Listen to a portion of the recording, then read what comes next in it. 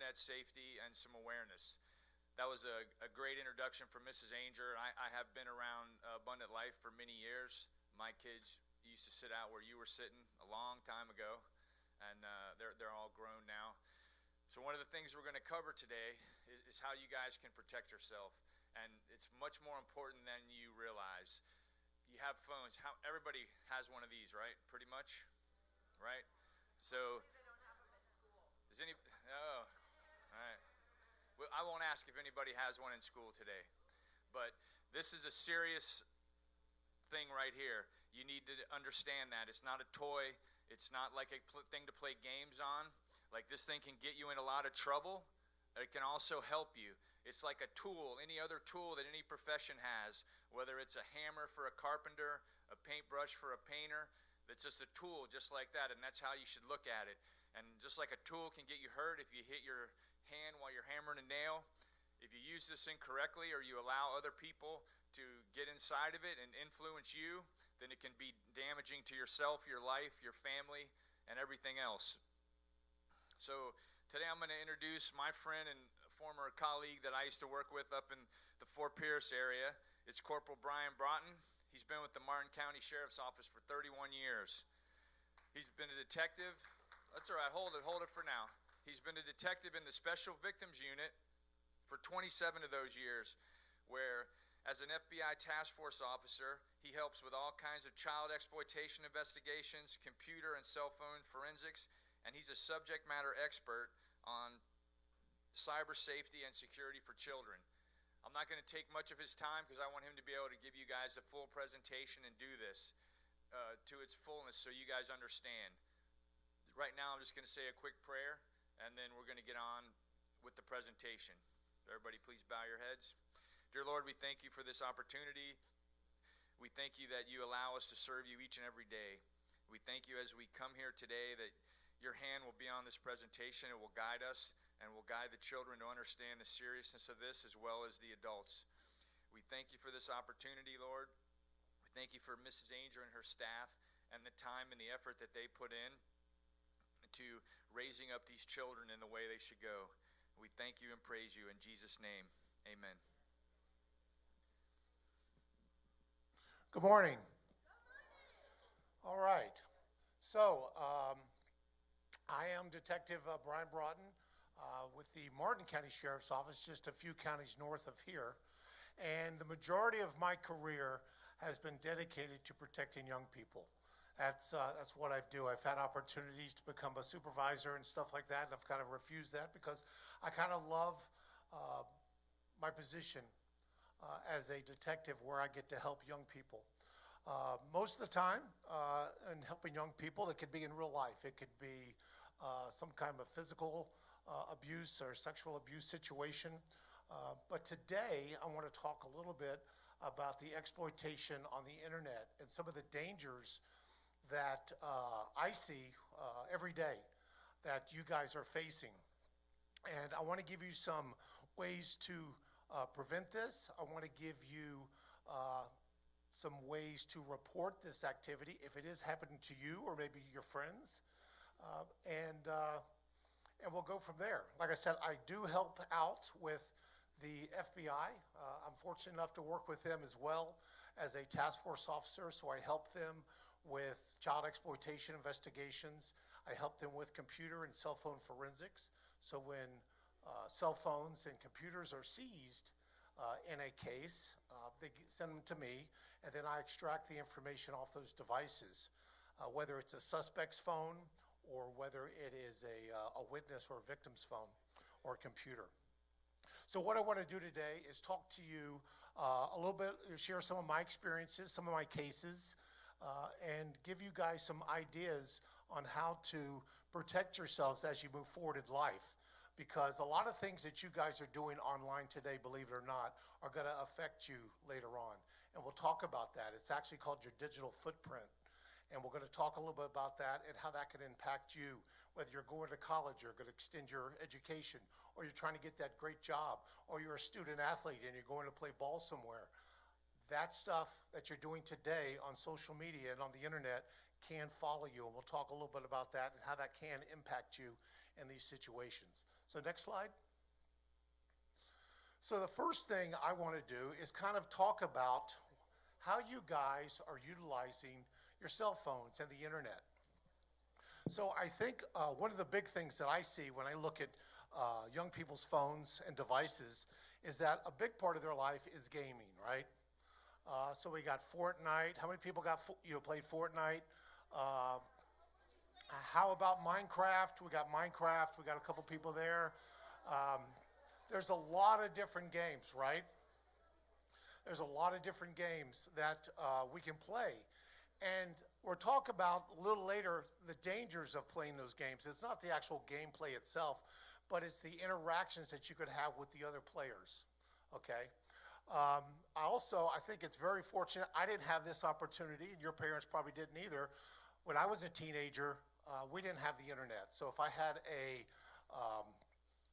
science project or I had a homework assignment, I couldn't just, go to Google and type in a question and get that information right back to me like you guys can. You guys are very fortunate today to get the freshest, newest information available to you now at a simple, a Google search.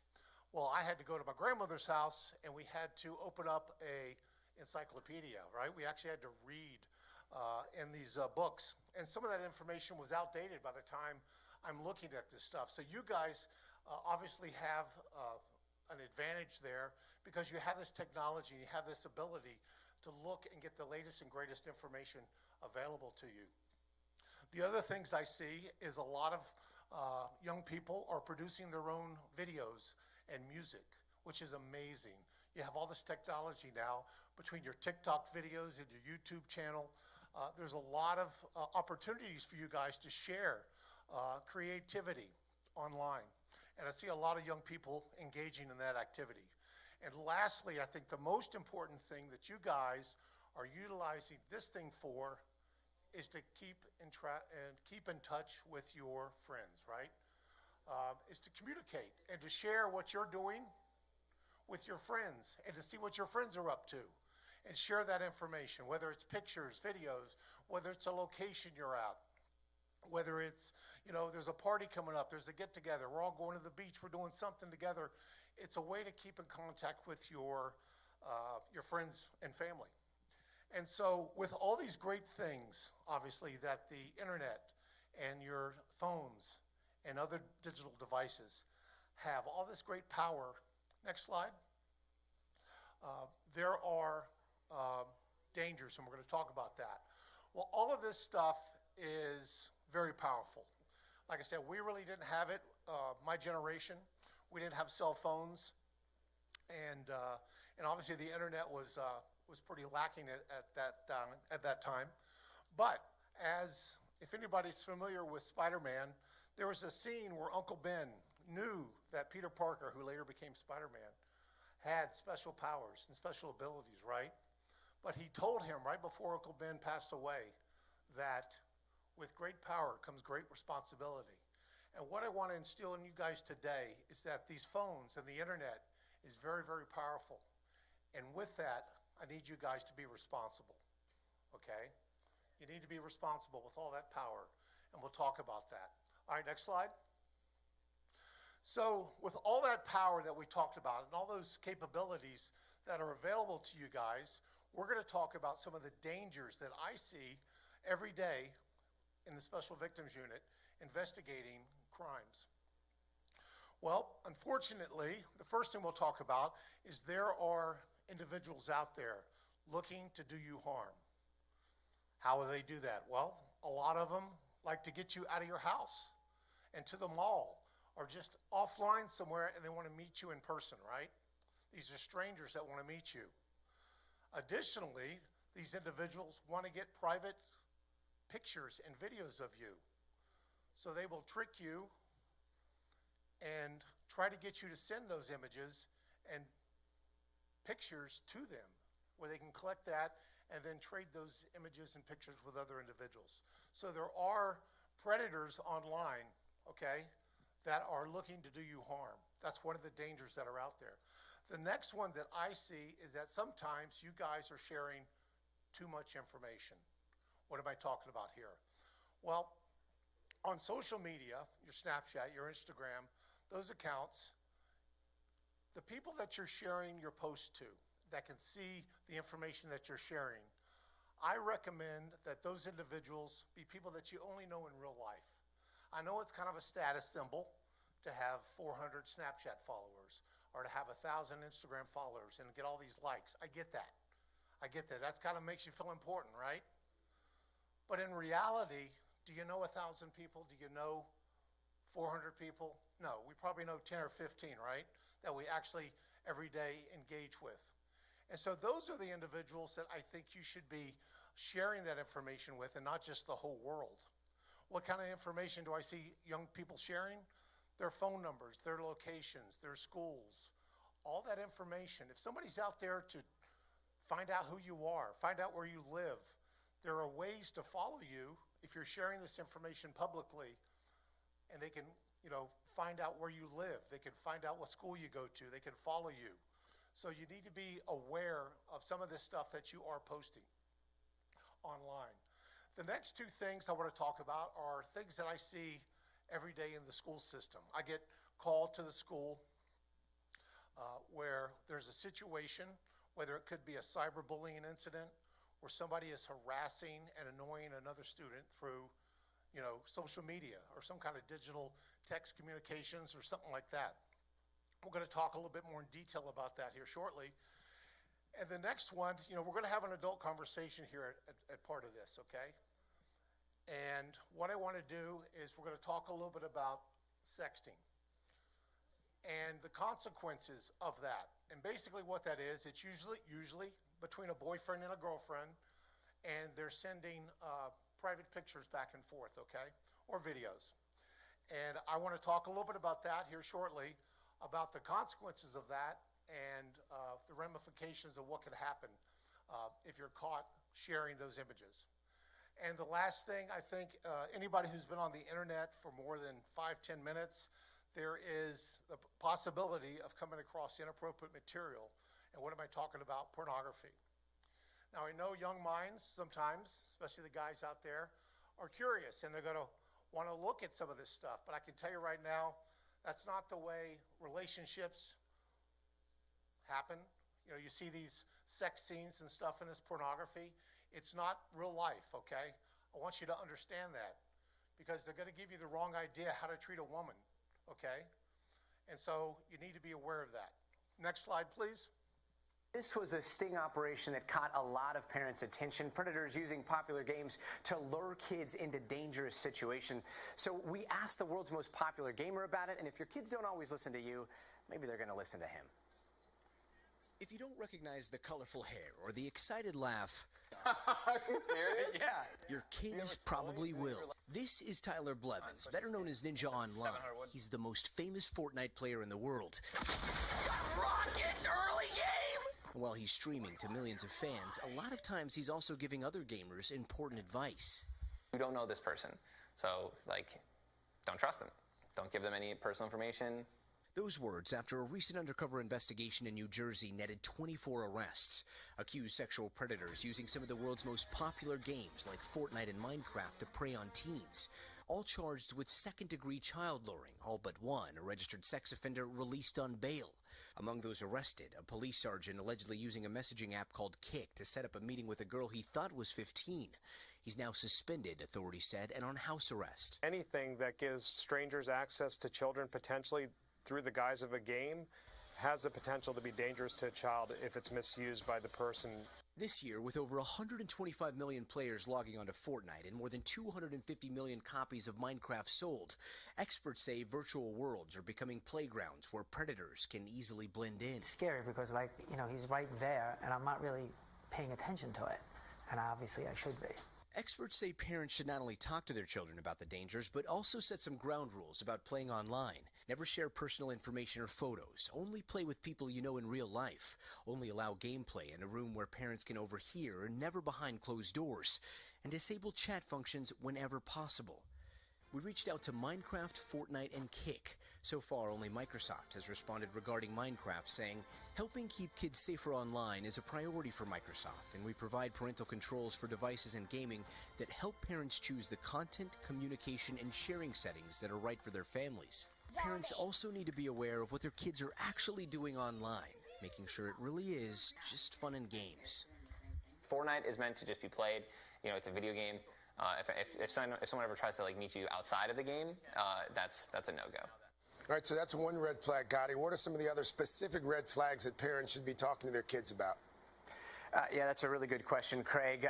When are your parents coming back? If a kid is asked that on a game, somebody asking their kids for pictures, if they get questions like that, then those are immediate red flags, and they know that they need to stop the chat and tell their parents what's going on. Right. Craig? Useful tips there. Gotti Schwartz there in LA. Gotti, thank you. Okay, so what that right there illustrates, we talked about the predators that are out there. You're like, well, I would never, come across some creepy guy, right?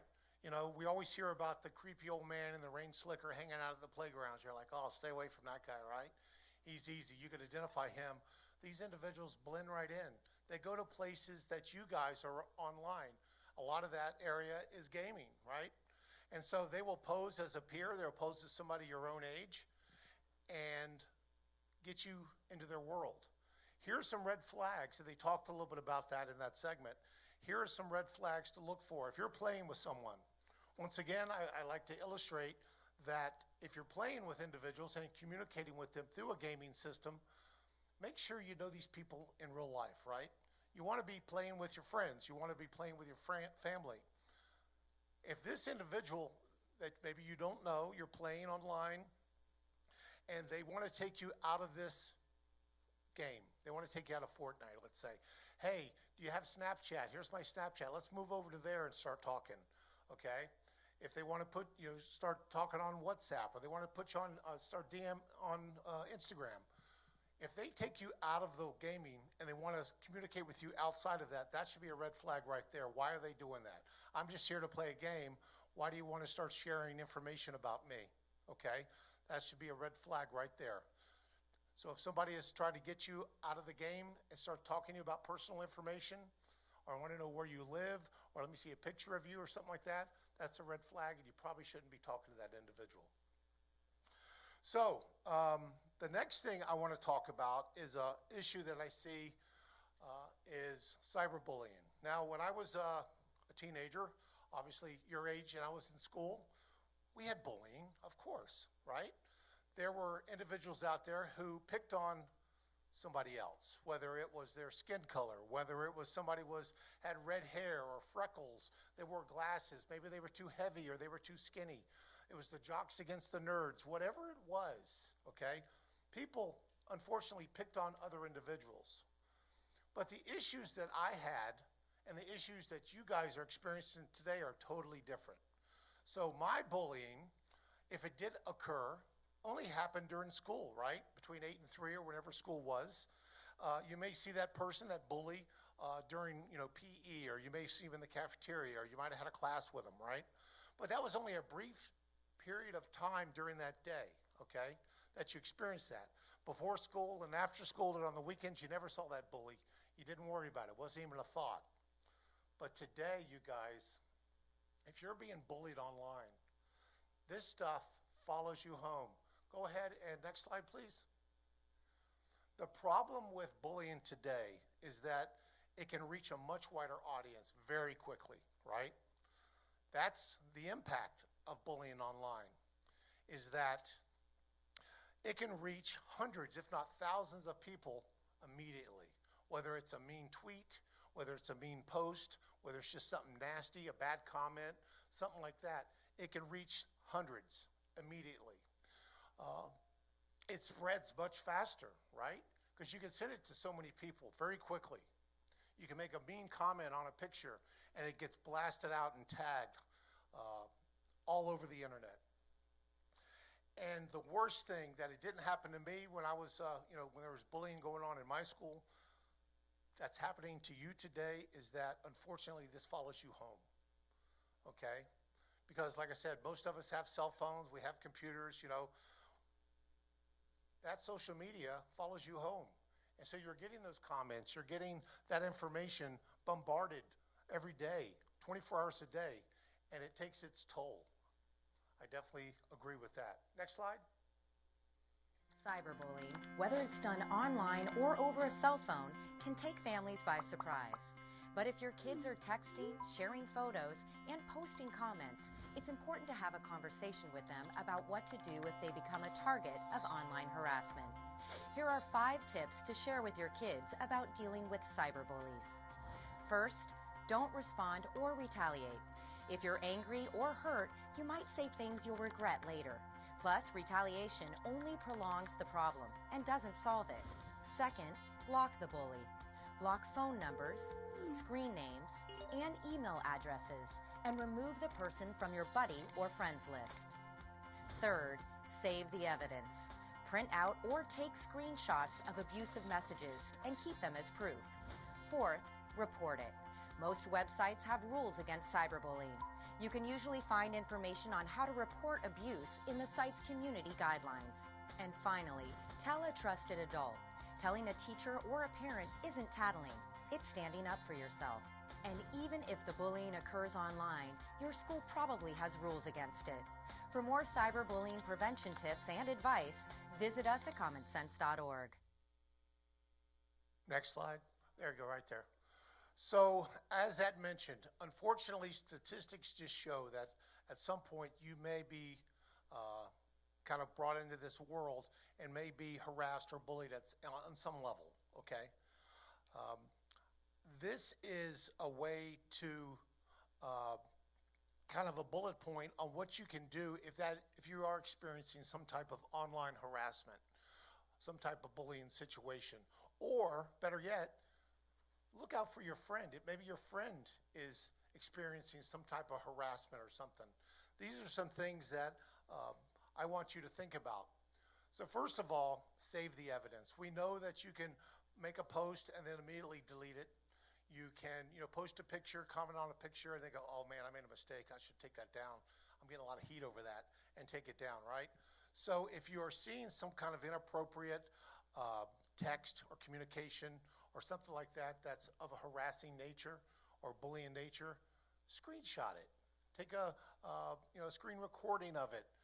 Print it out. Do something like that, okay? But document it, because like I said, these can change pretty quickly, whether something gets posted or not posted.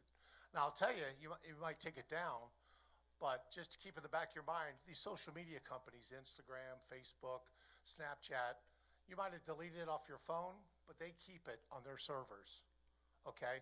So all we have to do as law enforcement is get a subpoena or a search warrant, and then they provide that information to us. So, you think you may have taken it down, but really, all we got to do is ask for it. But once again, save that evidence, okay? So when you do report it, and that's one of the most important things is report it. We can't, as law enforcement, help you with a situation that you're experiencing if we don't know about it, right? And trust me, if it's happening to you, more than likely it's happening to one of your friends. You're not just isolated, okay? These bullies seem to pick on a lot of different people, okay? So if it is happening to you or it's happening to your friend, please report it. One of the simple things you could do after you document it, after you take a picture, you can block that person. Remember we talked about our privacy settings in our social media, and they should only be people that we know in real life, right? Well, if you got somebody that you know that's on your buddy list and they're harassing you or making mean comments about your pictures or something, we can delete those individuals, right? And if you have to, just tell all your friends, you know what, my account got compromised, so here's my new account. And you can open up a new account and just shut the other one down. And then just allow your friends, minus the bully, to your buddy list. So those are some ways that I think you guys can protect yourselves, but also if it is unfortunately happening to you or your friends, you can report it. Go ahead, next slide. Okay, this is where we have the adult conversation of the presentation, is sexting. Once again, when I was a teenager, we didn't have the capabilities of taking a picture of ourselves and sending it to our boyfriend or girlfriend, right? but you guys do. And I know that that is many times something that young people do as they flirting with their boyfriend or girlfriend, or just wanting to be intimate and sharing private pictures of themselves with another person. I'm here to tell you today that that picture or that video that is shared between two people never, ever, ever, never, ever stays between those two individuals. If you think it does, you're lying to yourself, okay? You don't think that a guy who receives a picture of his girlfriend doesn't show his buddies? He does. Girls, same way. They got a picture of their boyfriend or some other guy in school, of course they're showing it to their girlfriends. Sometimes they even share it to them, not just, hey, look at this. They'll share it to them. They'll post it on social media. They'll send it through text messages. Happens time and time again. Next slide. Here are 8 things you and your teen need to know about sexting. Number 1, sexting is the sending or receiving of sexually explicit or sexually suggestive images, messages, or video. It usually happens digitally through text, emails, or instant messages. Number 2, there's no way to know exactly how many teens are sexting, but some studies show the number is as high as 20%. Number 3, teens who sext are more likely to engage in other sexual behaviors. Number 4, teens send sex to flirt, as a joke, or because they feel pressured. Number 5, disappearing messages can be copied, screen captured, or photographed and shared with others. Number 6, the consequences of sexting can include public humiliation, cyberbullying, school suspension, and even criminal charges. Number 7, if someone sends a sexy photo, the best response is to delete it. Sharing or saving it could lead to legal problems. And number 8, the best way to prevent sexting is to talk to your teens about it before it happens. For more information, visit commonsense.org. So we'll talk a little bit about it, but the takeaway I want you to remember from that little video there is prevention. If you never take this intimate picture of yourself, this private picture of yourself, it can never be out there. It can never be used against you to harass you, to bully you. It can never be sent to someone else and have that person humiliate you, right? Because you never took that picture. Remember, once you send that picture or video out, you no longer have control of that video, okay? You can't decide who gets to see it, who doesn't get to see it, how long it's there, should it be deleted? If it's not deleted, you no longer have the ability to control what happens to that picture, okay? So what I suggest is you never do it to begin with, okay? Having these images of young, people is illegal. It can get you into trouble, obviously. If you send these pictures to someone, that is a crime. You can get in trouble for that. Obviously, we talked about cyberbullying. One of the ways that I see people get cyberbullied is a private image or video of that person being shared on the internet. Everybody's commenting and posting and humiliating that person, okay? So don't take that picture, don't take that video, and definitely don't send it to someone. Even if you think you trust that person, if it's a boyfriend or a trusted girlfriend, don't send that picture. Next. So, a warning for all parents. Oh, back up. All right, before you click it, thank you. So you may wonder, how does this happen, okay? We talked about some of the predators that are online, and you think you may be talking to a young person, right? And you say, there might be some possibilities here. They're sharing private pictures and stuff of themselves. Maybe they're asking if I could send a private picture of myself to them. And so you're thinking, what's the harm? Here's how that can happen. And that, remember, you may not be talking to someone that you think you're talking to. Go ahead. There it is.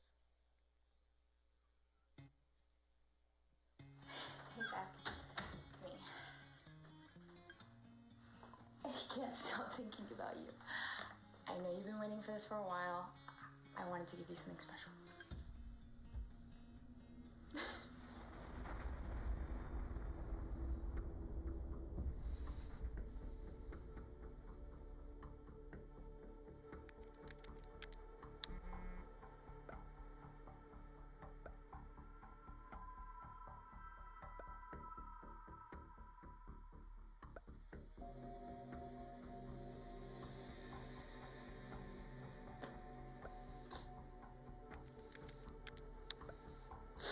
Who are you?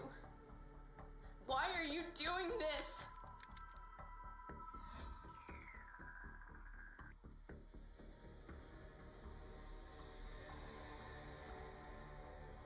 Okay, so that is one way that I see that individuals are exploited online, and I investigate this particular crime here more than I want to, right? It's unfortunate. But sometimes there are young people that get caught up in a relationship online, thinking they're talking to someone of their own age and sharing information with that person. And all it is somebody posing as a teenager just to get your nudes. And they're saving it and moving on to the next person, right?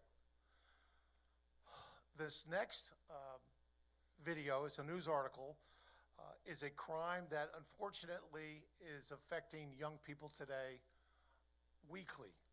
We get weekly reports on this activity. And I can tell you right now, I mean, it does affect girls, but the majority of this crime that's about to be explained is affecting teen boys, okay? And we'll show the news article, and then I'll tell you a little bit about my experience and some of my cases that I have had. Go ahead. A warning for all parents and caregivers of kids. Criminals are targeting your children, threatening them in ways and often in ways that are already leading to a number of suicides, sadly. I-Team reporter Ginger Allen spoke to the FBI about the scheme that you should be aware of. This scheme has been around for a while, but agents are worried that summer could bring on even more cases. Many of our children are out of school, they have less supervision, and the scary part about this is it can happen while they're at home, right under your nose, and you wouldn't have a clue. He was a Boy Scout, a straight-A student. 17-year-old Ryan Last had big plans. The high school senior was visiting colleges, planning for his future, when he was approached by a stranger online. Somebody reached out to him, pretending to be a girl, and they started a conversation. The girl sent Last a nude photo and asked for one in return. As soon as he hit send, they demanded $5,000 from him. It's happening somewhere as we speak. It's called sextortion. Criminals convince teens to send compromising photos or convince teens they already have the compromising pictures or videos of them. And then they force the teens to pay up to keep the images private. Dallas FBI agent Jim Dwyer says the scam can unfold at lightning speed. We've seen where it goes from initial meeting to pictures being sent inside of an hour. And then they're almost immediately hit with a request for financial compensation. The number of sextortion-related complaints has tripled in the last year. Here's what you should watch for. Hi, you alone? Yeah. And then you can see where this threat goes from there. In another case, the scammer claims to have compromising video, but is also trying to solicit pictures. What would be worse, take some pics or have everyone see the video? Federal agents say this is what is happening on virtually every popular platform. From social media sites such as Snapchat and Instagram, I have found villages before, to games, Roblox, and Minecraft. Anywhere that allows communication, you'll find scammers posing as teenage girls, because the biggest target right now is teenage boys. Agent Dwyer says most victims are 14 to 17 years old, but he's seen cases involving children as young as 8. The FBI says it's honor roll students, children of teachers, student athletes. There are people out there who are looking to take advantage of them and don't care about their safety and don't care about their life for very little amount of money. You need to talk to your kids. Ryan Last's mother says he paid his scammers $150 out of his college savings, But the threats continued. The scammers wanted more money, or they would post the photo online and send it to his family members. It became so overwhelming. One night in March, Last committed suicide. How could these people look at themselves in the mirror knowing that $150 is more important than a child's life? There's no other word but evil for me. Experts say this scheme is especially dangerous to teenagers. Their brains are still developing. They can't see past that moment of shame, and they often will erase the evidence here out of embarrassment. And that's why parents, you must talk to your children. Experts say make it clear that they can come to you for help, and making this mistake is just not the end of the world. I'm Ginger Allen, CBS 11 News. Okay, so unfortunately, this is a crime that gets reported to our office and offices, law enforcement offices around the United States, too often to mention. And this is how it usually happens. So I'll talk about, I had a 15-year-old male student, high school student, 2 weeks ago. So he got a message on Snapchat from a pretty girl. And this pretty girl got into his feed. You know, he accepted everybody. Remember, he's one of those individuals who had 400 Snapchat followers. So he really didn't know who this person was. But this pretty girl engaged in conversation with him. The conversation took place. Hey, what do you do? What are you up to? You know, the normal stuff. And then she shared a picture of herself, a nude image, and then requested a nude image from him. He's like, wow, she's pretty. And she just sent me something, so I feel obligated. So he sent a naked picture of himself to this girl. And so what happened immediately after that, they says, okay, I have a picture, and then sent a screenshot of all of his contacts on his Snapchat. I'm going to send this picture out to all your friends on Snapchat if you don't send me $150. So he's like, oh, man. He worked at Tropical Smoothie after school. He had $500 saved up. He was, didn't have a lot of money, but he goes, okay, all right, don't send it out. I'll get you the money. So he got a PayPal. He transferred some money over, and he sent him $150. Immediately, they asked for more. Oh, you got $150? We want $150 more. He's like, oh, come on, I only got a little bit more left. He goes, but he sent another $150 through PayPal. Then they says, oh, we got this guy. He's willing to give us anything. They asked for $3,000. At that point, he's like, look, I've been way over my head. Then he reported it, right? He's already out $300. He's thinking that his nudes are going to be sent all through his social media. His friends and family are going to see this, and he's worried. But now he reports it, okay? Comes to my office, and lucky for me, he's documented these communications. So we've identified the suspect, right? So I'm sending off subpoenas and search warrants trying to identify where this person is accessing the internet from. And unfortunately, and it happens with the majority of these cases, it's occurring, the suspect is outside of the country, okay? Outside the country. So the internet obviously is the World Wide Web. So what that means is anywhere in the world, you can access the internet, you can communicate with someone. That's what these individuals are doing. They're outside of this country affecting you here in Florida, okay? And so he reported it. Fortunately, his nudes were never sent out. You know, it's kind of a do this or not, but sometimes it does happen, okay? So once again, this goes back to he would never be extorted. He would never get harassed and threatened to have his nudes exposed if he never took that video or picture to begin with, right? And that's what it all goes back to. And the reason I'm here today is right here, okay? When I was your age, when your parents were your age you are now, okay? I'll tell you right now, and even there's some adults here, we all did silly stuff. We all did stupid stuff. We all made mistakes, okay? That's part of life, okay? As long as you learn from those mistakes. But we're all going to make mistakes. You're going to continue. You're going to leave here today. I'm going to leave here today. I'm going to still make mistakes, right? The difference between the mistakes that I made and your parents made when we were teenagers is, yeah, we made them, okay? we have regrets. You know, we should have did certain things, should have acted a certain way, but we didn't post it online. We didn't share it on social media. And the silly stuff that you think is silly today might not be so silly when you go to get that good job, or when you go to get a higher education, you're going to college. Or maybe if we got some ballers in here and you're going to college to play some college ball, okay? The coaches are going to be looking at your digital footprint. What you guys are doing today and what you guys are posting online today, it could come back to haunt you, and it could affect your future. And so I want you to start looking when you leave here, just kind of go through and do some cleanup. Like go through and say, was I commenting on stuff appropriately? Was I racist? Was I, mean? Was I cursing? Was I posting videos of me, smoking, taking drugs, or drinking, or something like that? That was kind of funny at the time, but now somebody's going to judge you on that. They're not going to judge you because I'm a straight A student and I'm respectful during this interview process. They're going to also look at, well, who is this really person? Are they just faking it while they're in here talking to me? Let me see who they really are. And they're going to dig into your social media. They're going to dig into some stuff that you may be tagged in that maybe you didn't even post. Maybe your friends are posting you in some picture or something.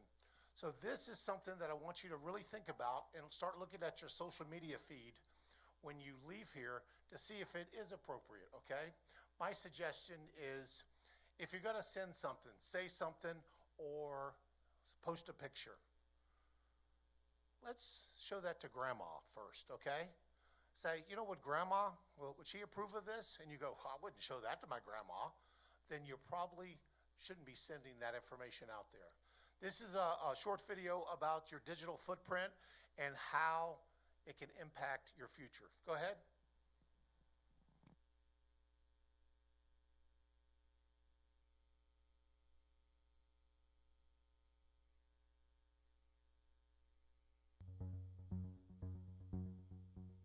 Just one click. Well, teenagers are learning the hard way about the dangers of sharing too much. Naked photos of themselves. Sexually explicit pictures of Sexting scandal. From national headlines to hallways of local schools, technology has paved the way for teens and adults to create a dangerous digital footprint. One of the most widespread and destructive trends we see right now, sending and sharing nude pictures of yourself, also known as sexting. Research shows some pretty critical numbers here. 40% admit to sending sexually suggestive texts, and 20% actually admit to sending or sharing a nude photo of themselves. But then we ask students how many of their peers they think participate in this dangerous behavior. Sex? Yeah. Like send nudes and stuff? I will go with 5%. I'd say probably about 50%. 75, 80%, honestly. Yeah, that's a lot. Yeah, it is. With more and more teens owning one of these, a smartphone, we reached out, we asked what apps they are using to connect with others, whether it's innocent or not. Instagram and Facebook. Probably Instagram. Instagram, Facebook, Tumblr. Twitter. Instagram a lot. Twitter. I use Twitter. I like using Twitter. You use Twitter or Instagram, Snapchat. Oh yeah, Snapchat, yeah. Using Snapchat. Snapchat. We all know pop culture glorifies Snapchat and sexting, but what it often doesn't reveal, the serious consequences that can follow. One of the biggest problems I think with Snapchat is that people take it too casually. Yes. Because a lot of the times people, when they post on like Facebook or Instagram, they're looking for the amount of likes that they're going to get, but you don't worry about that on Snapchat. And so, but 10 seconds is still enough time for somebody to screenshot it, and then they can do whatever they want with that screenshot. Nude pictures can get posted wherever on the internet now. That is the power of social media, is to get information out. And if it is the bad information about you, it's sad and really unfortunate that people feel the urge to give in to it. If you send someone one picture and they decide to save it instead of delete it, they have something on you. For sorority or Greek, fraternity, Greek life recruitment, social media can play a factor in that into what houses may or may not want you, depending on what you post online. As student athletes, there are a lot of expectations on how you perform on and off the field. We have dropped many kids off our recruiting board because of their social media. We know if they're a fit for our university or not within 3 minutes of looking through their social media. And sometimes even guys on our campus frequent our offices because of things they put on social media. We have to monitor our own players. That's just one of our jobs, not just coaching football, but monitoring our own players' social media accounts. Not just us, there's members of the administration at the university are checking that as well. And so we'll get calls if we miss something. We'll get calls and saying, hey, your kid's got this up on this website. We need to take it down. And so it's not just us looking at it. We often offer corrective advice when mistakes have been made on social media. And almost always, the mistake comes in this way. They think about themselves and their circle far too small. They feel like I'm only interacting with one other person. I'm only interacting with 5 other people. And what is always the case with social media is it's way more than that. And it has the ability to go far beyond all of that because of the way sharing occurs. I think kids are having to learn the hard way that nothing just goes away. Somebody took a screenshot of it, somebody else saw it besides who you intended to see it, and we have had a lot of male and female students who have to deal with the consequences of sending nude photos, of sending sexually explicit things. We send a detective out, maybe more than one detective, and we interview kids.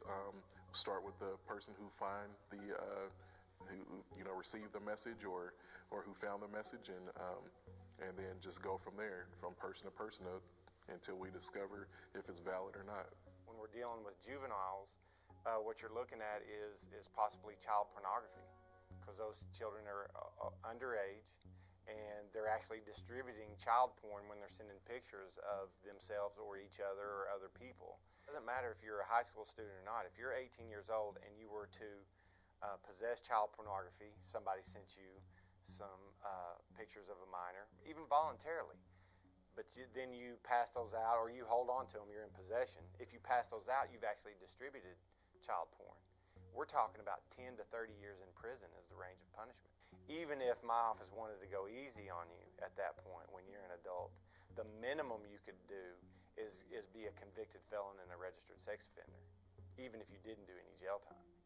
Whether it be sexting, cyberbullying, or creating an offensive, maybe a threatening post, your digital footprint impacts your reputation, your academics, even your future career. Because I know so many people that did give into that in junior high and high school. They were forced to leave school because the school system wanted them out because of what they had sent to other people, and it got out to the parents and everybody, and it didn't look good for the school, and because of the social pressure that came after that, because everybody was talking, because kids in high school and junior high, they gossip a lot, and so they were talking oh, well, I heard so-and-so sent nudes and blah, blah, blah, and it just got too much for that person, and they were forced to go to a different school because they couldn't handle the social pressure that came after their actions. What you post can also impact your life down the road. Your digital footprint does not live and die with the day as your Snap story does. It continues beyond that day. And so to think more long term in the content that you post and also the people that you engage with online. People increasingly are getting information not just from the initial conversation that we have, but they're going beyond that to figure out who you are as a person. And as you're shaping that, your social media content has huge influence on how people are viewing who you are, what you care about, what you're about. When we look at folks that are coming into the College of Education, there's a number of different data points that we look at to figure out, is this somebody who's going to be good with kids? Is this somebody that's going to be a great educator? And one of them is looking at that social media history. And if we see lots of photos that are showing a very different view versus maybe what we would see in an essay to talk about who I am and what I want to be, that dissonance really sort of challenges and limits the ability to get in. So if somebody has a dream of being a teacher, but every photo they've ever posted is in a negative kind of a consequence, this is probably not the right place for them. We're looking at hiring somebody. Of course, there's traditional ways that we look at things, which would be references, and people would provide references. Today, it's different, right? Those things are posted on social media, and it's not as important to talk to a reference that you might personally pick out for an employer to talk to when you can go on social media and see a reference real time. Remember, your digital footprint matters, and it will follow you. Everything you do on that cell phone, your tablet, your computer can become part of a very public and permanent record. I think of it this way. Would that picture or that post or that tweet, would I feel comfortable showing that to my grandma? If not, don't send it. Think twice. Abigail Ogle, KOCO 5 News. Before you post that video, before you send that pic, think twice. Think about all the people that will see that video or that pic a day or two after, friends mostly. Think about all the people who will see it in the next couple of weeks.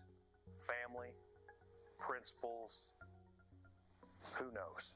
Think about all the people that will see it months, even years later. College admissions, college recruiters, future boyfriends, future girlfriends, relatives, parents. Ultimately, it's anybody with access to the internet. Understand, even if you delete those messages, pictures, postings, your digital footprint remains and can remain forever. Consequences do not end with shame and embarrassment. The legal consequences could follow you for a lifetime, including loss of jobs, scholarship opportunities, employment opportunities, and indeed, legal matters that can extend even to felonies. So think twice, please. Think twice. So people ask me about internet safety and what's the best thing to do. That right there, it's very simple. Internet safety is very simple. Think, just think. Take a little time, think before you post that message, before you post that picture, okay? Because they do have consequences. Sometimes immediately you can get in trouble. There might be a law against what you're doing. It might accuse you of something, and then there's an investigation. So obviously there's immediate concern, but also there's lasting concern. And that's what I want to stress with this digital footprint. The things that you're doing today, okay, could affect you. Getting that job, going to a college, okay? So I want you to start thinking about some of the things that you've maybe posted in the past, some of the things you're currently posting and sharing, because it can affect you in the future. It can affect you, it will affect you, okay? So just remember that. Next slide, it's the end. What I want to do is, this is my boss, Sheriff Snyder. He allows me to come down here and speak to young people. On behalf of him, I want to thank you for giving me the opportunity to share my message and to speak with you guys. Once again, for the teenage boys out there, there's no pretty girl on Snapchat or Instagram that wants to see your junk, okay? Period. There isn't, okay? There isn't. And just be careful about the information that you're sharing, okay? Thank you so much for allowing me the opportunity, and you guys were great. Thank you so much.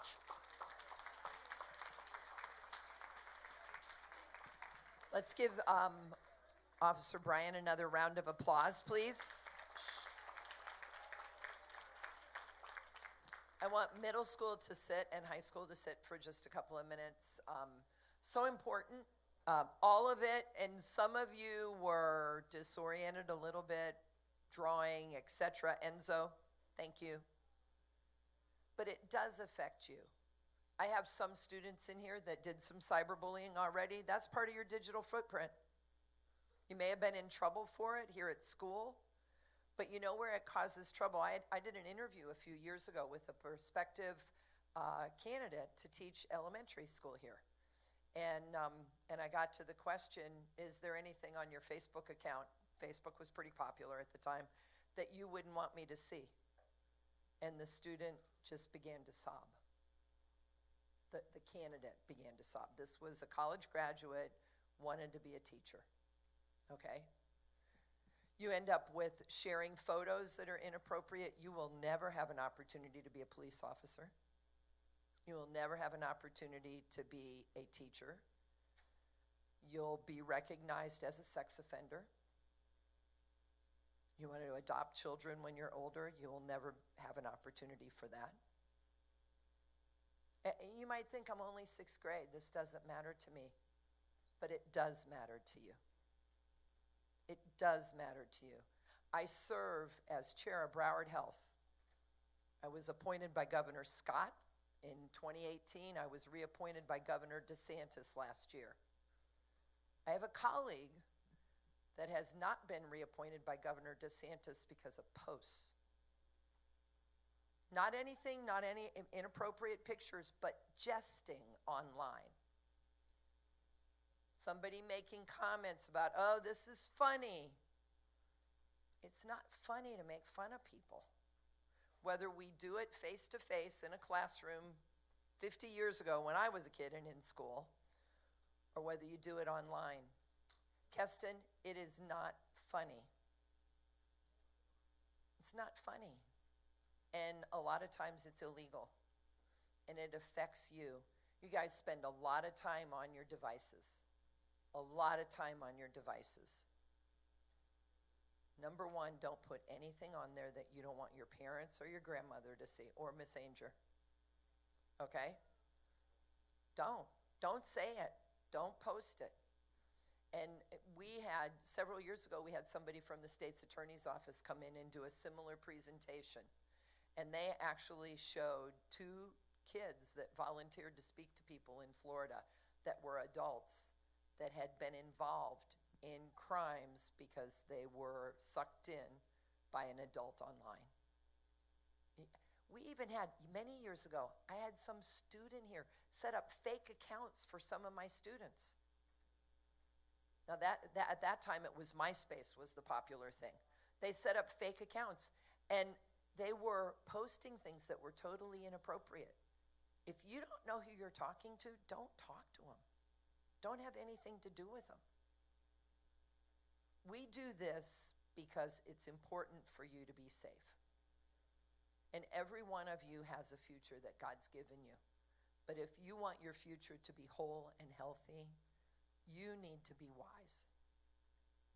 There are certain things that should happen to kids, okay? Sex is not one of them. Sex crimes is not one of them. Harassment and bullying is not one of them. If you've had a history with any of that, God forgives you, but you need to clean up your act. And if somebody does something and you're not comfortable, open your mouth. Talk to an adult. Report it. Have your parents report it. People don't leave you alone when they're doing things that are wrong. Unfortunately, it is true that so many of the cyber criminals are outside of the country. And they target ways to make money and to take advantage of people. And they know that you guys will do stuff like that. So with that said, I'm going to, yes, sir, you have a question? Absolutely. Go ahead. Yep.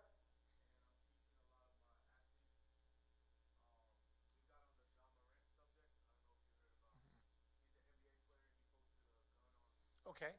Yep. Sure.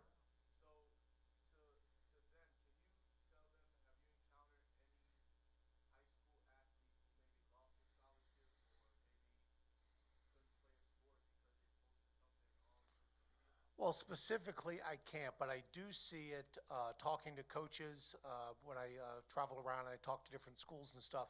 That's one thing that they're looking at. They're looking at, are you posting inappropriate things? I know one of the big things that it always comes back as a joke is that somebody will post a picture of somebody holding a gun and then make a comment on Snapchat or Instagram going, don't go to school tomorrow, you'll be sorry. And then they blast that out. Well, you know that'll just get blasted out tenfold. And then school will be shut down, or there'll be a lockdown at school. And then you finally find out who made this original post. And he's like, oh, that was just a joke. Well, it's not a joke. We can't take, in the world we live in today, we can't take any of these things jokingly, okay? It's not a joke. okay? We have to take everything seriously. And if you are a great athlete and have an opportunity to expand your athleticism into college, okay, in the college world. I was fortunate. I got to play college football at Georgia Southern University. It was back in the 90s. But I won national championships, and I had a great time, and I had a free education because of that. You have those opportunities available to you, particularly the athletes. And if you post something silly, you think it's just a joke. It's not a joke to someone else, okay? And somebody's going to judge you by that picture or by that post, not on your character and how you interact with them in person, but what you do when nobody's looking, when you're online, okay? So definitely be cautious of some of the things that you are posting, because there's no jokes out there anymore, okay? Everything's serious. Yes.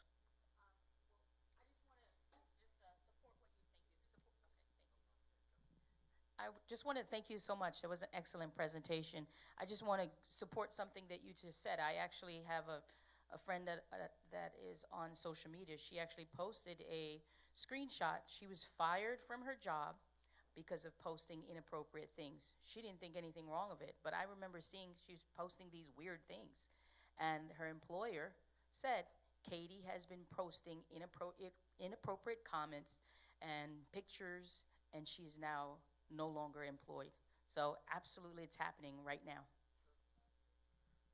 Just as simple as being in uniform at my agency, being in uniform and doing these silly TikTok dances, right, and putting that out there, okay? Nothing inappropriate or anything, but just, you know, you've seen them. If you've been on TikTok, you've seen some of this stuff.